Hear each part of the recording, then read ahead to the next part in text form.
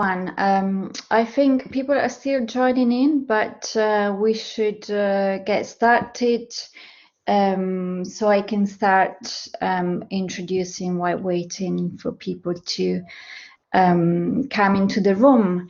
So thank you for joining us today for this special event, AER for the Yinka Shonibare Foundation, which is part of the Art for the Environment Conversation Series and Research Season at UAL. My name is Camilla Palestra, and I am Associate Curator at the Center for Sustainable Fashion. And I'm very pleased today to be introducing our exceptional guests, Yinka Shonibare, Belinda Holden, and Lucy Orta. Yinka Shonibare is a British-Nigerian artist based in London, whose multidisciplinary practice explores colonialism and post-colonialism within the context of globalization. Through examining race, class, and cultural identity, Shonibare's works comment on the tangled interrelationship between Africa and Europe.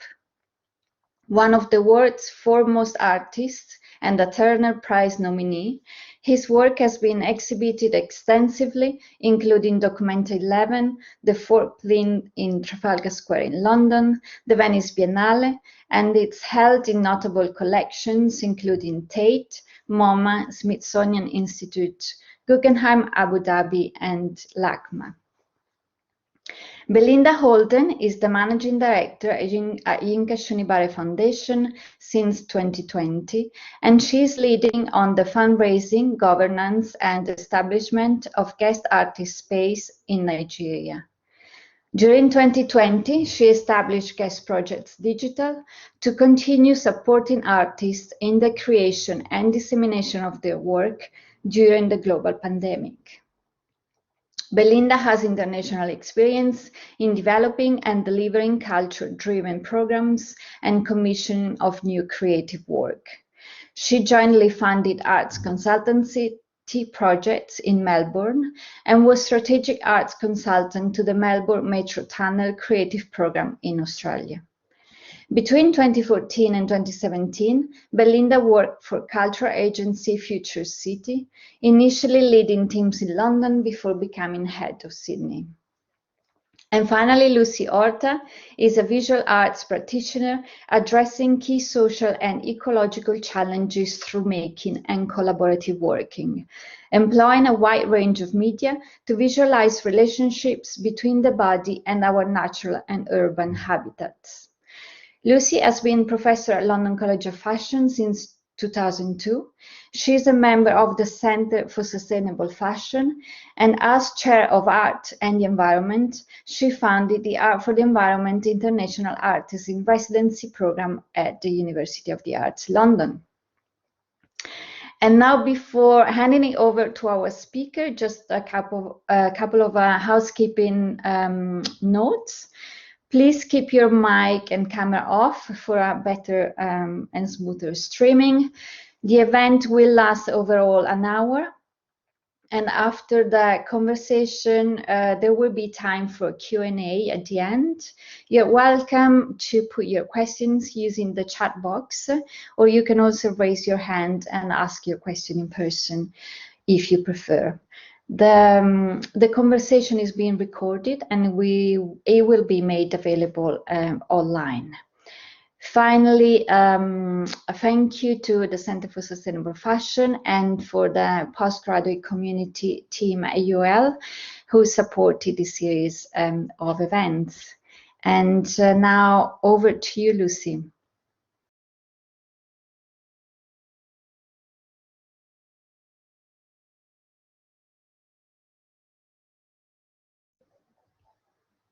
I just realised I had my mic off. Hello, everybody. We'll wait for Yinka and Belinda. Would you like to put your cameras on, Yinka and Belinda, so that we can say hi to everybody?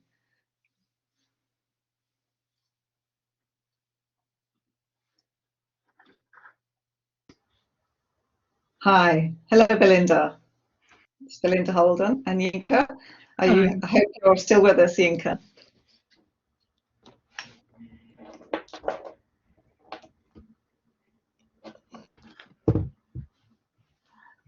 Yeah, we had some technical problems earlier on, so hopefully Yinka, yeah, he's joining us again.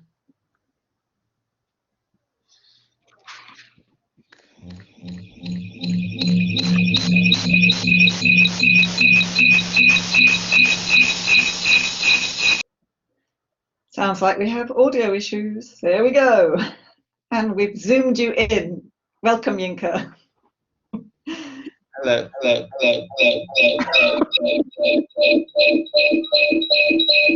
an echo. We might need to turn off one of the... Hello? Yeah, perhaps we can keep the mic off and just on when we speak. It should be okay now. I think it was because Yinka was actually signed in twice. Okay. Had a double echo effect. It's fine now. So now I've just moved Yinka one into the other room. So Okay. welcome, Belinda, Yinka. Welcome to this Art for the Environment conversation this evening. And Yinka, I'd like to start with you. And we've known each other for probably around 25 years now, going back all of this time. And throughout this time, you've been dedicated to foregrounding racial injustices, specifically through and body posture, so through clothing, the beautiful clothes that you make as part of your sculptural installations. These very strong body postures. So I'm very interested from the Centre for Sustainable Fashion in the role clothing plays. And could you talk about why you gravitated to clothing? Yes. I managed to perhaps catch. The role. Yeah, I managed to catch some of that, but your voice was disappearing. I don't know if anybody else had that experience. Yes, the audio. Yes. Maybe perhaps I'll just switch off my camera. Is that better? So yeah, it was really because I'm very interested in the role clothing plays as a social signifier. And as you've been working for such a long time foregrounding racial injustices through clothing and body architecture, could you talk a little bit about the role of dress, of body in your work, Yinka? Well, yes, thank you. Well, primarily, as you know, I explore identity issues in my practice. And we all know that throughout history, particularly, colonial history, the body has been a site for, for conflict. And I think that, as a person of African origin working in London, there's a whole history of, race, colonialism, and so, in the 80s was when I really started to explore what that might mean, because primarily I was actually just interested in a universal notion of art or some kind of, global art. And also I got interested in politics generally. And then I started making work about what was actually going on in Russia at the time, perestroika. And there was a point at which one of my tutors then said to me, you're of African origin, aren't you? Why aren't you making authentic African art? And then I wondered what that might mean. I realized that just because of my background, I wasn't allowed or entitled to actually explore global politics. So I felt that there was always a presence around race, around my body and what that might mean.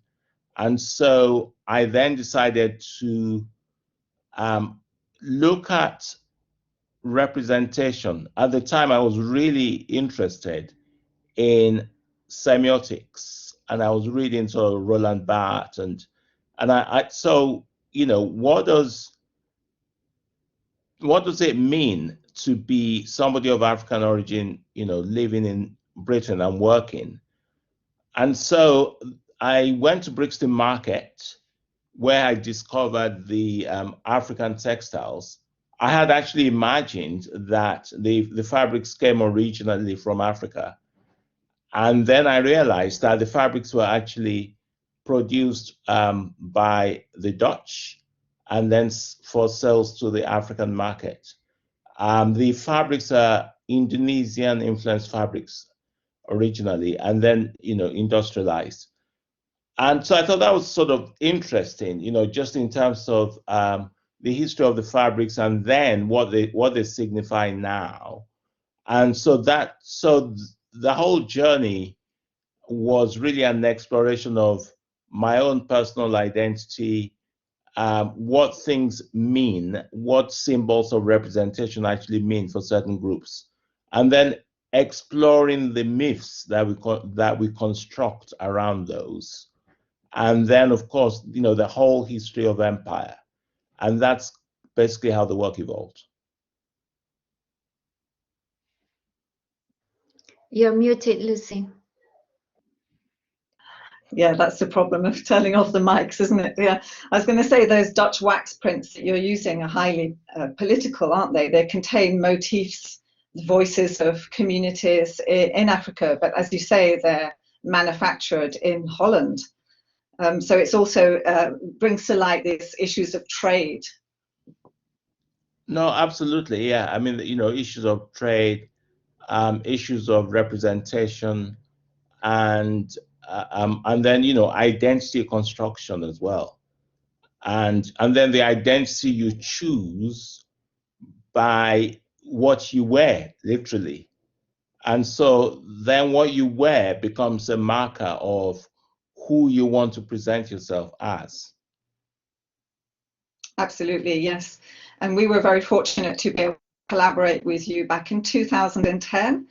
London College of Fashion, I co-curated the exhibition Aware Art, Fashion and Identity, and staff and students from London College of Fashion were able to collaborate with you and make a series of very beautiful little Victorian dresses, Victorian style dresses, using this very iconic Dutch wax fabric.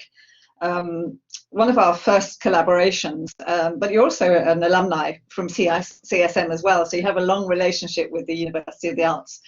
Going back to making and collaboration, could you talk about the role of the maker in your practice and the meaning of collaboration? I noticed at the moment that you have an exhibition of fabricators, is it? The Fabricator's Voice, so artisans and craftspeople that work with you in your studio. Could you talk a little bit about this relationship and this new exhibition? Yes, I mean, you know, as you said, you know, I work with a number of you know, fabricators in my studio, but I've always seen that relationship as a kind of two-way relationship, because, you know, many of the in my studio are accomplished artists on their own. And can you still hear me? Yes, Yes, we can hear you. you. Yes, yeah. Yes, so many of the you know, artists who work in my studio have their own practice, and I actually see that, you know, we kind of inspire each other. You know, they work together to realize my projects, but they're also, you know, I value people's creative input, you know, so that, you know, the work may actually go in a slightly different direction because somebody's just got a better idea, you know. And I think that's very important, to actually value people's creative input. But also, it's also a way, because I also want to support their practice. And as I have a project space, you know, there's actually an exhibition at the moment. Unfortunately, the exhibition is actually now digital, but they're exhibiting their works. And, you know, they would have actually shown the works physically in the studio, but because of the pandemic, they've not been able to do that. But also, many of the artists go on to be artists themselves, so some of their careers develop. And throughout history, from the Renaissance period, we know that many of the old masters actually didn't make everything on their own. They had studios and they had people who worked with them, and then they went on to develop their own career. So it's a form of apprenticeship, I guess, for them. And so I think we both benefit. And also, I mean, there was a story that actually, made me feel happy. One of my fabricators, bumped into me a couple of years ago and said, working for you in the studio helped me to pay my rent. And so thank you so much. I was able to actually support my practice and survive. So that you're also performing a role there to actually support people's livelihood. So they work in the studio, but they get paid for the work, and they're able to continue their own work. And besides, it's convenient for some artists because not all of them are actually working in my studio full time. So that means they can earn a bit on the side and then work on their own practice as well. I'm sure there's a number of young artists and designers listening today that would love to come and work for you, Yinka. And so this brings me to your guest projects and the notion of the guest and hospitality, which is so omnipresent in your practice. And I had the pleasure of participating in one of your meals. So you served supper in your studio in East London. And there was a wonderful atmosphere of conviviality, and the food was, of course, delicious. And throughout the evening, we as guests were entertained by your guests, so your artists in residence, performances and happenings that were happening. And it's something that I try to emulate in my practice as well through the 70 by 7 meal project and the residency programme that we initiated at the Moulin. So I was really interested, having been in your studio, to understand a little bit about the layout, how you divide your building, and in order to accommodate all of these guests and share your generosity with other people. Yes. Well, I mean, the studio is a warehouse building in East London. And I also have, another studio and then I work with a number of smaller studios where things are fabricated. So my practice is it's not all under one roof. And then the lower part of the East End building, that's where I've got my project space. And that's the space you visited. And the supper, I do something called the artist dining room, where we have a supper based on an artist. And then we also invite people to perform or do talks or whatever in relation to that. But the food that's being cooked is also based on the culture of that artist. So, I mean, we've had ones on Salvador Dali, Louis Bourgeois, Frida Kahlo. And then we try to make a supper based on the culture of the artist. And then each time I try to have a new chef as well each time. So the experience you're going to have is going to be different each time you visit. And I think approximately, well, before the pandemic anyway, we did maybe one a quarter, once every 3 months or so. But they were, really nice events to do. Yes, and we'll talk more about food because it'll be part of your new project in Nigeria and Lagos a little bit later on. But perhaps I can move over to Belinda. Are you there, Belinda? Hi. Yeah, and talk a little bit about cultural placemaking, because this is your specialization before you joined the foundation, and a little bit about the mission, where you see the foundation going, and the projects and partnerships that you're working on at the moment together with Yinka. Yes, well, yeah. For the last 20 years, I worked really within the sort of public realm and placemaking, commissioning really diverse artists, designers, embedded arts practitioners, to really sort of explore how their work could be embedded within both sort of a public and urban environment. But prior to that, I had been an artist myself and an educator, and I had been running a studio space. So I got to a point where I would really like to get back to much more of a grassroots sort of engagement with artists, and particularly emergent artists and practitioners. And of course, the idea of working in such a multidisciplinary, complex space is not something new to me. I'm very comfortable with that, working with a real mix-up of artists and curators and performers. So that was sort of a very symbiotic sort of immediate relationship. So in this idea of the opportunity to work with Yinka, and having been sort of influenced and inspired by his guest project space over the years in London, it was absolutely something I wanted to jump at and help drive forward with him. So, so our mission, very much Yinka's original vision was very much about encouraging this idea of cultural exchange and a deeper knowledge really between Africa, between African artists and the rest of the world, on a much more fundamental basis, actually coming and visiting Africa, African artists coming and visiting the rest of the world. So this mutual exchange is fundamental to the mission of what we're trying to do. And the Yinka Shonibare Foundation is really set up to establish and make that a reality through governance, through fundraising, which is a huge part of what I do, and developing those partnerships to enable a really rich and diverse theme of residential opportunities happen.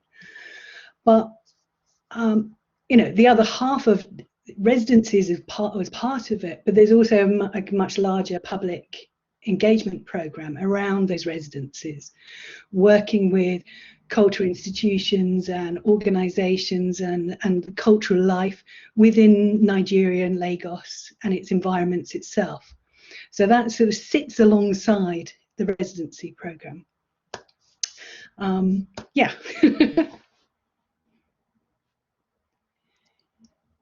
Your microphone's switched off. I do this every time. It's amazing, this philanthropic chapter that you're embarking on now, Yinka. The building of a complex in Lagos, just outside of the city, I believe, where you're uniting art and agriculture, and as you mentioned, Belinda, promoting this international cultural exchange between Europe and the African continent. And I believe the building's almost complete now, and you have a residency in place, but this is with the ZKU in Berlin, so African artists will be coming to Europe. I was wondering when you would be physically inviting artists out to your complex. How's the building going at the moment? Yes, so I think I should just describe that. So it's called Guest Artist Space Foundation, GAS Foundation. And so there's a building actually within Lagos, and then another building outside of Lagos. So there are two spaces.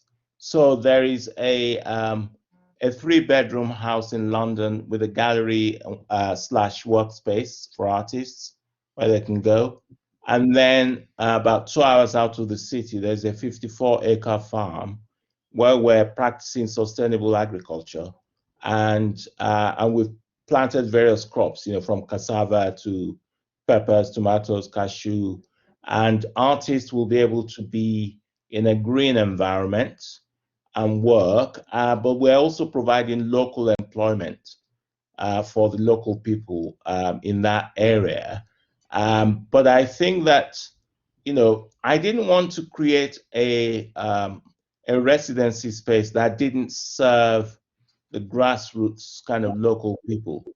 So, because as you know, these international residencies can be, well, a bit sort of middle class and elitist. And I felt that I wanted something that local people could actually benefit from directly as well. And, and I've had great experiences in the past doing residencies myself. I did one in Senegal, and I will never forget that experience. The residencies kind of change your view of the world and your perception, and it expands your cultural horizons. And I also did another residency in Stockholm, and I made my first film there. They can actually provide an opportunity to experiment and try new things. And so the plan is education is very much part of the residency program. And so the important thing is that we do things with local artists. And also the idea is to bring people in, so, to collaborate with local artists and also international artists. So it's a proper kind of cultural exchange program. Yeah, that sounds absolutely amazing. And this official launch that we're here tonight talking about is to launch a partnership with you. So we'll be sending 2 students to your complex, Yinka. And Belinda, do you have an idea of when those students will be able to go? And will they be in the urban environment or in the countryside, in the rural environment, working on the farm, planting those peppers? What do you think a residency might look like, and how might our students be able to interact with the local communities and employees of the farm, etc.? Well, we certainly hope we'll be inviting and welcoming residents from UAL in 2022. So that will be definite. So it gives us the rest of this year to get everything ready and get the buildings finished, and we'll launch it officially at the end of the year when we go out to Nigeria. But yeah, certainly we expect the residents to come in 2022. There's an opportunity to be based both within the urban centre in Lagos, but equally spend some time on the farm, or be based primarily on the farm and come and have a little visit to Lagos. So that's something that we would explore with the successful applicants, to explore, okay, well, what's going to be the best in terms of relationship to their practice? Would their practice benefit from actually being much more in the urban hub, where they might be there for Photo Lagos or the Biennial or Artex, which is a massive art fair in West Africa, which is gaining sort of, huge experience and getting bigger each year, and it becoming much more diverse as a multidisciplinary focus and celebration of the arts in West Africa. Or their practice might have more of a relationship to the farm and exploring food, the culture of food from farm to table. It might be about exploring the organic process and the organic agricultural base at the farm. There'll also be weaving workshops. There's a new weaving centre that's going to be set up later in the year, so that will probably be up and running as well. So maybe a possibility that one of the artists is exploring weaving techniques and production. So therefore there might be, something quite fundamental there. There's also fish farms that Yinka's been showing me the pictures of the fish pools that are coming up out of the ground. So it's a continually evolving landscape and in hive of industry out on the farm, which is about 2.5 hours. Is that right? About 2.5 hours outside of Lagos, isn't it, Yinka? Yeah, or depending on the traffic, So sometimes it's just over an hour. It depends. Yeah. And Yinka, have you been working out there yet? Have you been creating work there, or you're still waiting? No, I mean, I've visited and been to Nigeria for a launch of the farm and also met with local artists and spoken to local artists about it. And when we launch, we will actually have a small show of the works of local artists in the building as well. So I've been just mainly building relationships with the people there. That's what I've really been working on now. Yeah, absolutely fantastic. We're so looking forward to it. And we'll draw up a profile of the possibilities for artists to be able to partake in this experience with you in Lagos in 2022. And I'm sure there are some burning questions from our audiences here this evening. Lucy, as we have a bit of time, I was wondering, because I put in the chat a series of links to the foundations, to the projects, but it would be nice maybe to try to show the short video presenting the gas project foundation. So let me try to share my screen and play the video quickly.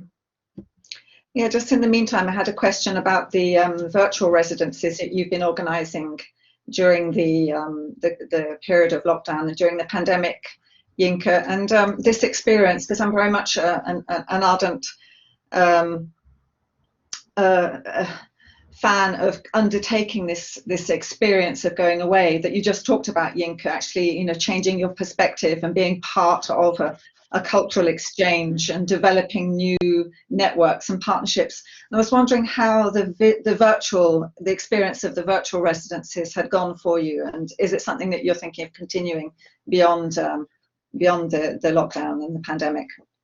Yeah, I mean, I think Belinda has been mainly managing the digital residencies, but maybe Belinda wants to say something about it. Mm.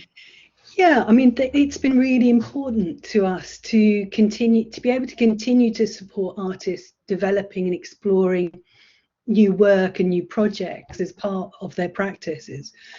And actually, the programme last summer had an incredible effect for the artists who took part. I mean, I think there was a particular residency where I'm coming from, where it was actually a curatorial residency, 2 curators who put together a weekly showcase based on 4 migrant community cultures based in the UK.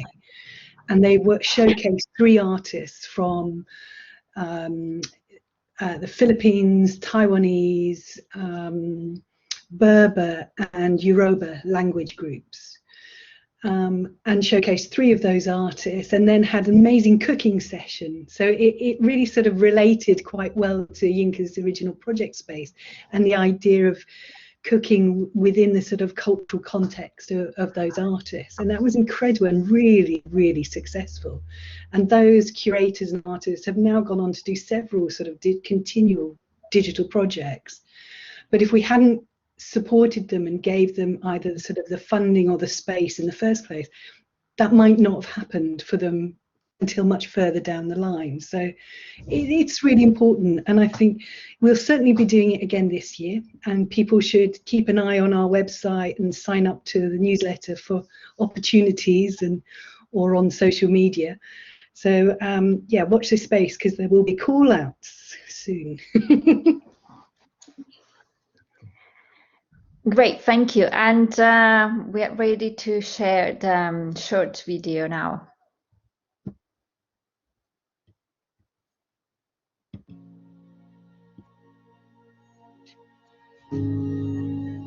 Guest Artist Space in Lagos, Nigeria, is an international version of Guest Projects in London. It's essentially about cultural exchange. I wanted a space where you can go to somewhere completely different. I've done a lot of residencies in the past myself, and I've never come back the same person. The plan is to have artists come and do 3-month residencies. I'd like to have established artists alongside emerging artists. And so it's really knowledge exchange between the creatives in Africa, in Nigeria, and also international creatives as well. Lagos has become very creative and very vibrant in recent years. They have the Artex Lagos, which is the art fair, and there's a lot of energy. It's absolutely the right time to be doing this kind of thing in Lagos. EG Farm is Ecology Green Farm. It's about 3 hours from Lagos. We want to extend the residency to a rural area. It's about the relationship between the urban and the rural. So the idea is to also involve local people. I want artists to be able to go to a quiet place to work. So we will have a barn house in this 30-acre working farm. We already have 5 greenhouses there. We're in the process of actually grading the road, and that will be really good for local villagers. I want this project to be a place that actually contributes to the local ecosystem, dealing with issues around sustainability, food security. I've always believed in the relationship between disciplines. So it's going to be a cultural exchange that's going to be very much about that, about, crossing boundaries, crossing cultural boundaries.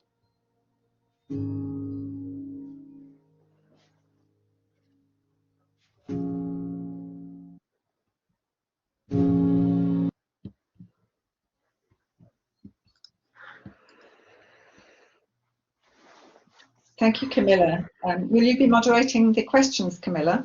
Or...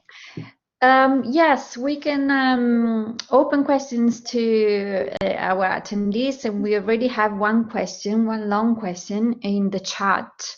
I don't know if you can access the chat as well, but I can read it out. So from Dave Beach. Hi, Yinka. I've been interested in your work for a long time, as you know. When you spoke to the BA students at Chelsea a few years back, you focused on the work itself, but today you're putting a stronger emphasis on your work with other artists, which I think is exemplary. I'm really interested in the exhibition that you mentioned, A Fabricator's Tale. Could you say a little bit more about how you came up with the idea for this exhibition and how you decided on how you wanted this to showcase your fabricators? And I think there's a link to a video. Is it correct, Belinda? Did you share a video to the exactly? So in the chat, for your reference, there's also a link to a Vimeo link to A Fabricator's Tale. Films, and there's a link to the exhibition itself, which we're leaving up for another month. Fantastic, thank you. Yinka. Oh, hello, Dave. Nice to hear you. I've not seen you for so many years, but it's good that you're in the audience. And I very much remember my visit as well to the college. Well, I mean, I think that a number of artists, I mean, I'm just kind of looking at some of them. I mean, there are quite a few artists ranging from textile artists to ceramic artists. And, it's important that as a studio, we continue to champion, the works of our fabricators, because many of those artists are artists themselves. And I've always seen myself as a vehicle, if you like, for other artists. So even with my studio, I mean, we have a project space where we show different artists' works, but many international curators, come to see me in my space, and they see the works of other artists. And sometimes, it can lead to opportunities for them. So it's my way of kind of showing gratitude to them as well for the work that they do. And there are people like, I've got some, Mary Ashcroft, Grace Black, Kitty Clark, some of the Mimi Kerbel. So, some of them are in the exhibition now. And you can go to the Guests Project's digital website and see more of their works. And I think that, it's important that artists have, well, first of all, they have economic support. And so by providing work in the studio, I can provide them with economic support. And then that also can enable them to do more in their own practice. So, it kind of keeps going. And the hope is that they will then support another generation coming up. So, and their work in the studio for a lot of them is kind of transitional. It's something they're doing while they're also building up their own practice. Thank you, Yinka. Natasha's got the hand up. I don't know if that means she wants to ask a question. Natasha, do you want to unmute yourself and ask a question? Hello. Oh, yes, sorry. Yeah, hi Yinka. It's so nice to see you. I've been researching you, so when I saw this come up, I was like, oh my god. But yeah, I just wanted to ask. I love the. It's going back quite a bit, but it's a question more about the future. But your piece, Girl on Globe 2, which kind of looks at kind of globalism. I was just wondering, because I'm a student at LCF and we're kind of studying like future worlds and studying fashion futures, and I was just wondering what you think about kind of post-globalism and the society, that potentially it may go towards that, as your work kind of speaks about globalism. Well, I think that it's very important to recognize the local, particularly in relation to environmental concerns. It's extremely important, but I think while doing that, while recognizing the local, we must avoid ignorance and we have to avoid being parochial. So, and what the pandemic has actually demonstrated is that we actually need a global effort to support each other, and also on environmental issues. You can't just do things on your own and not consider what the consequences will be in another place. So I don't think that we can actually afford to be parochial in that sense. We do have to, we have to cooperate and work together. The whole vaccination effort is an international effort, a very strong international one. And we can see what we've, the result of that, people actually working together. And also, if we want to avoid prejudice as well, then we must be open-minded and be open to other cultures, other concepts, other ways of doing things. So, I don't think there are other negative connotations to globalization. And that's kind of, big corporate money coming in, swallowing up everything. That's not the aspect of globalization I would want to promote.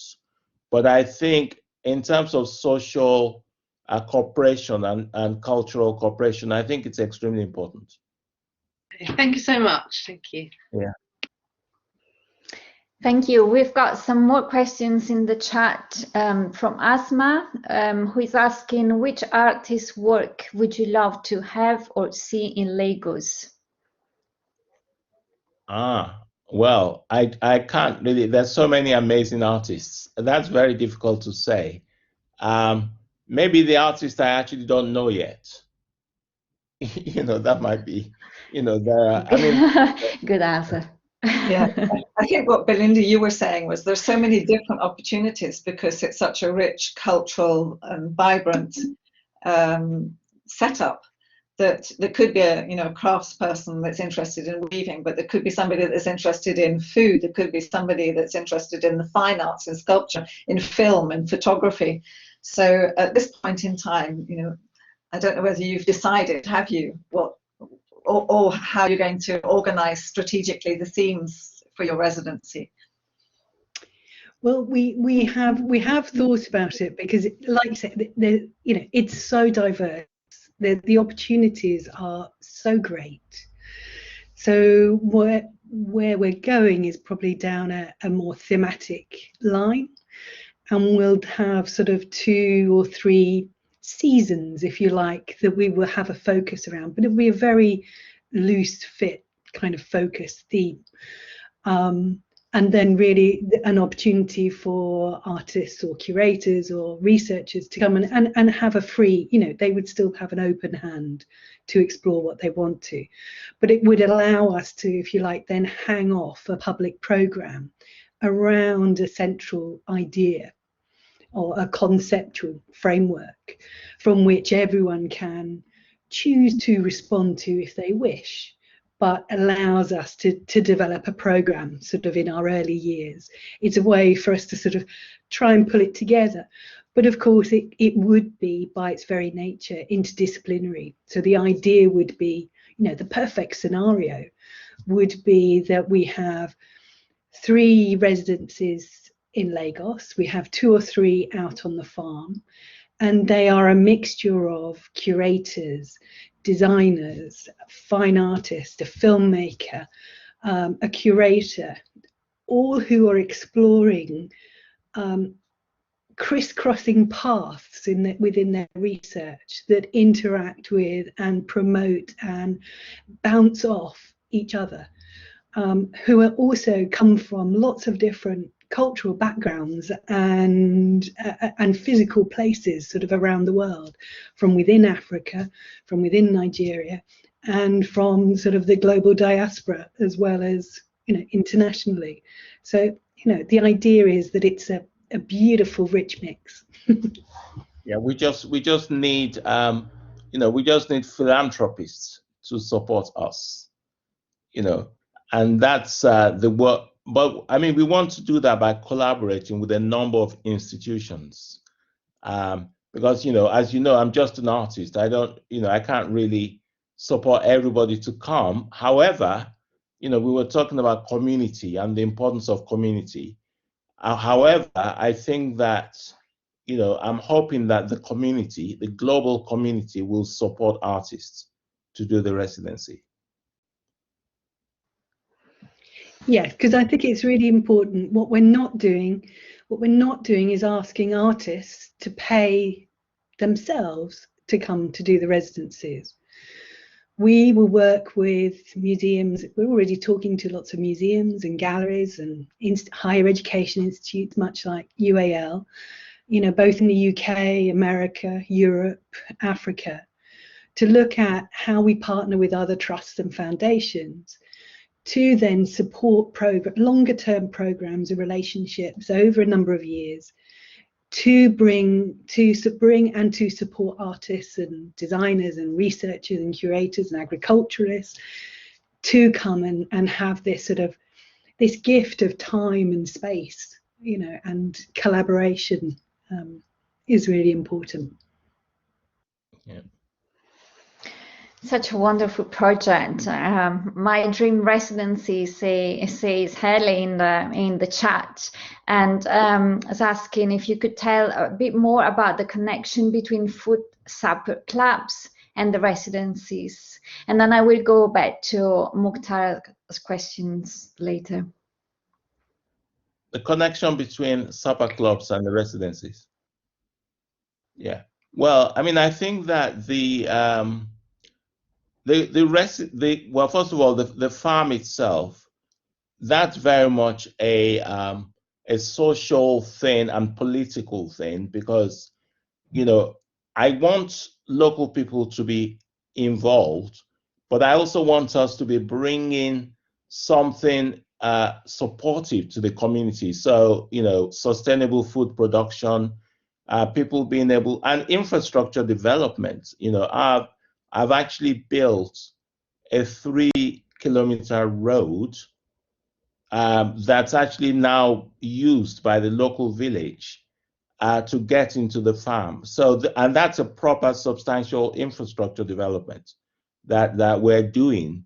So, but then, again, with the food in London, for example, the Supper Club in London, that's very much about bringing people together, eating together, celebrating creativity, celebrating artists, and also artists actually exchanging ideas as well. So, and that's a very important thing to do.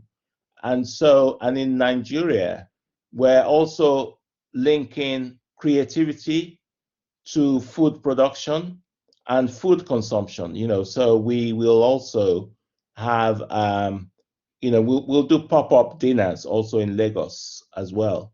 And I find that actually those things are very you do get a lot from them, because unself-conscious creativity kind of happens in those spaces. where you come across somebody, you know, at the supper club in London, you might find, you know, a lawyer sitting next to a fashion designer, and then they just, you know, and I've seen that happen so many times. Scientists, you know, sitting next to an artist, and they kind of develop something, you know, so it's exciting. Thank you. So going back to the question by Mokhtara, saying, given that Nigeria and Lagos have been and continue to be the site of neoliberal commodification, extraction, etc., what types of facilitation will you engage with to avert this process within your residency?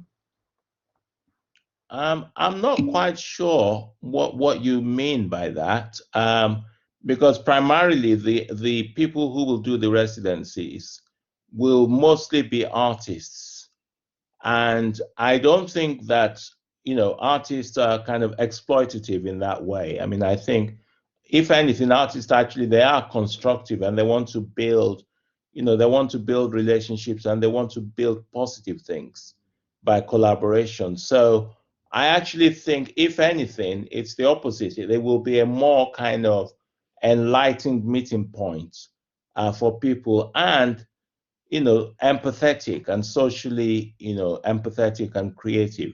So I think, you know, I think it's a good thing, and it's also about skills exchange.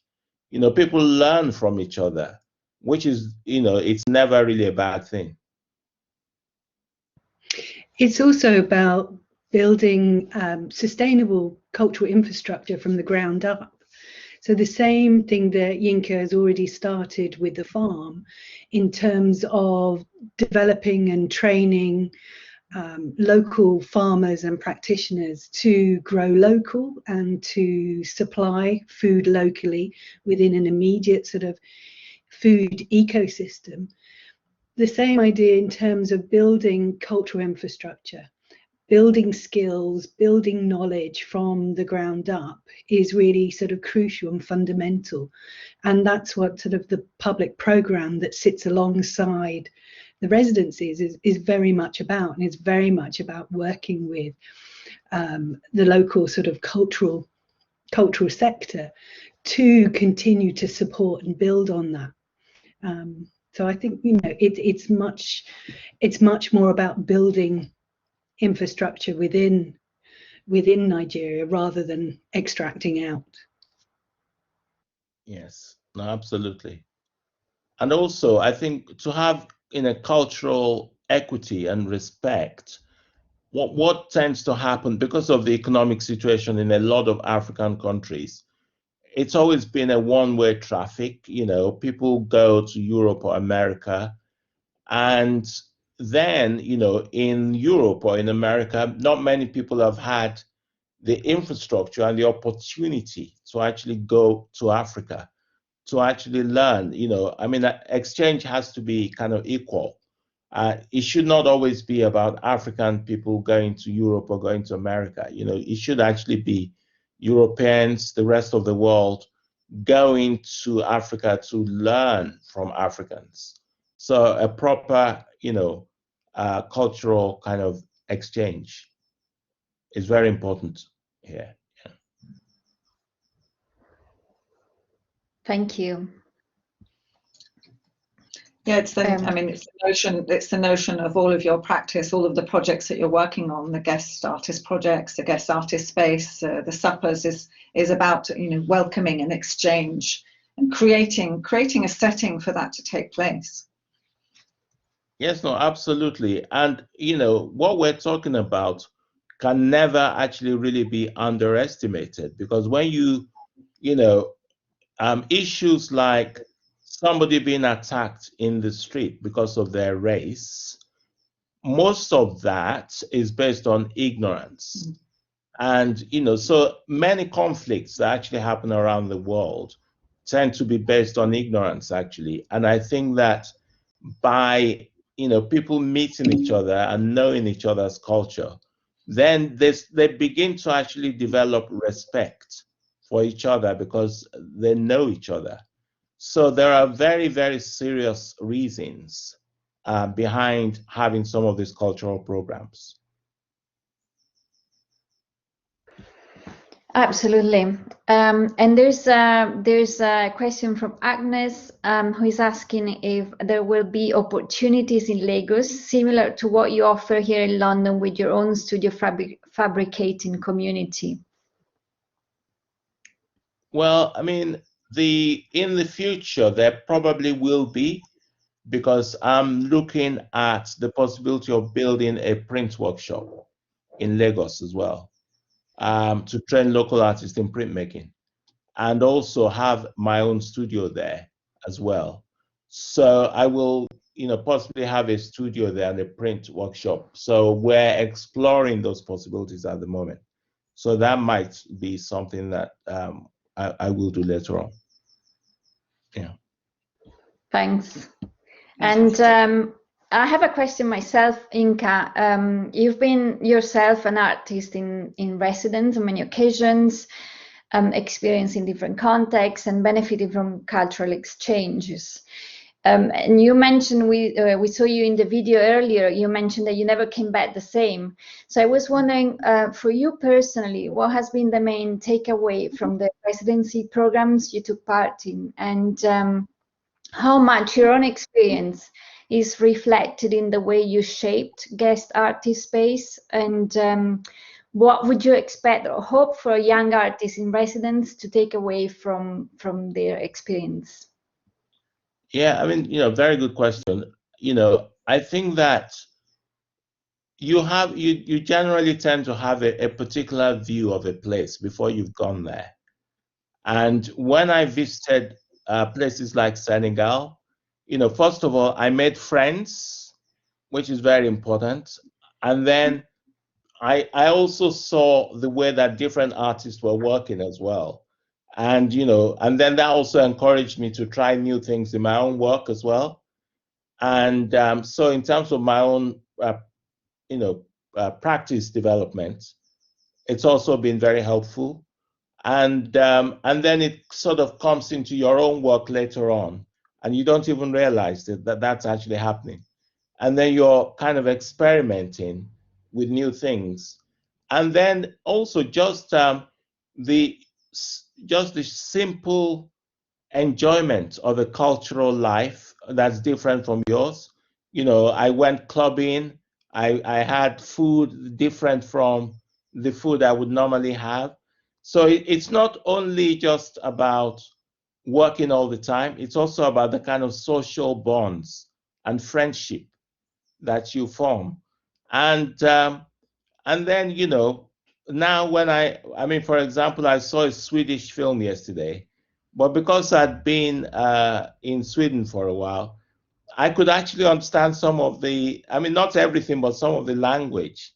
And then it also brought back memories, to some of my friends that I made there, so it's really fantastic, actually. You become more broad-minded. You're not as narrow-minded. You can really recognize things in other cultures, and then friends, yeah. So I don't expect people to go to the residency and then come back with something concrete or make a product.